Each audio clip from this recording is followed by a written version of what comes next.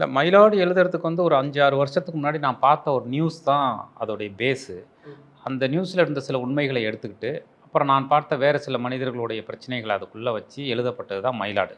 Okay. நம்ம எப்பவுமே பயணங்கள் போயிட்டே இருக்கோம். நிறைய மனிதர்கள சந்திக்கிறோம். ஏதோ ஒரு இடத்துல யாரோ ஒரு சொல்ற கதையோ, நாம பார்க்குற ஒரு செய்தியோ, கேட்குற ஒரு விஷயமோ, நம்மள ஒரு 2, 3 நாட்களுக்கு தொடர்ந்து தொந்தரவு செஞ்சதுன்னா, அத வந்து ஒரு கதையா பண்றது தான் என்னோட பழக்கம். அப்படி தொந்தரவு செய்த ஒரு விஷயம் தான் மயிலாடா மாறியிருக்கு. ஓகே. ஏன்னா படம் பார்க்கும்போது எனக்கு ரொம்ப அழகா புரிய வச்ச விஷயம் என்னன்னா, இங்க வெள்ளந்தியா இருக்கக்கூடிய மனுஷங்கள ஈஸியா வந்து புரோக்கர்ஸ் ஏமாத்துறாங்க. அப்படிங்கிற மாரியான ஏன்னா கவர்மெண்ட் எல்லாமே செய்யுது. ஆனா இந்த இடையில இருக்கக்கூடிய புரோக்கர் தான் வந்து இந்த பிரச்சனைக்கான காரணமா இருந்துச்சு.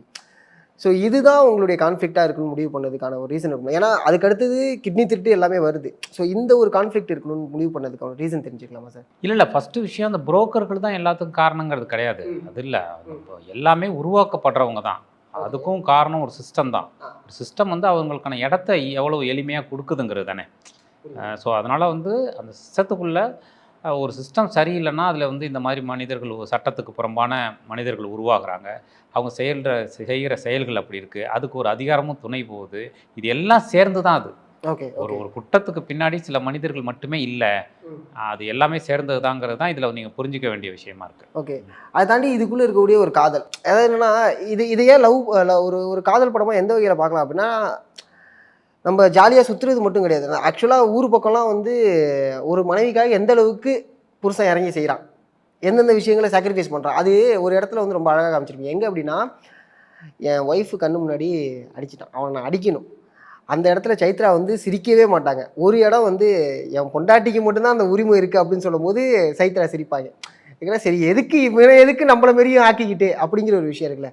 காதலை இந்த வகையில் சொல்லலாம். ரொம்ப சுத்தியோ ஆடம்பரமாவோ ரொம்ப க்ளோரிஃபை பண்ணியே சொல்ல வேணாம், இப்படியும் சொல்லலாம். இதை எப்படி கையாளுறீங்க? இல்லை, அவங்களோட காதல் அப்படி தானே இருக்குது. நம்ம சாதாரண ஜனங்களுடைய காதல் வந்து ஆடம்பரமாகவோ அப்படிலாம் இல்லாமல் ரொம்ப எளிமையாக இருக்குது. அவங்க வந்து இயற்கையாக காதலை பரிமாறிக்கிறாங்க, அன்பை பரிமாறிக்கிறாங்க. அப்படி தான் அவங்களோடது இருக்குது. ஸோ அது வந்து ஒரு ஃபேக்காவோ அல்லது ஒருத்தவங்க வந்து ஈர்க்கணும்னு ப்ரூவ் பண்ணணுன்னோ நிரூபிக்கணுன்னோ இல்லாமல் இயற்கையாகவே 2 பேருக்கு நடுவில் ஒரு சண்டை வருது. அதுவே பின்னாடி சமரசமாக மாறுது. அதுக்கு பின்னாடி அவங்களுக்குள்ள வந்து அந்த சாதாரண அன்புக்கு சின்ன சின்ன பரிசே போதுமானதாக இருக்குது. அதனால தான் அவன் வந்து என் பொண்டாட்டி சிரிச்சிட்டா போதும் அப்படின்னு நினைக்கிறான். அவளுக்கு ஒரு பெரிய நகையோ நட்டோ பணமோ அப்படிலாம் அது இல்லை, அல்லது மிகப்பெரிய வன்மமோ அப்படிலாம் இல்லை. பொண்டாட்டி சிரிக்கணும் சார் அப்படின்னு சொல்கிறது தான் ரொம்ப சாதாரணமான ஒரு காதலுடைய ஒரு மிகப்பெரிய அன்புன்னு நான் நினைக்கிறேன்.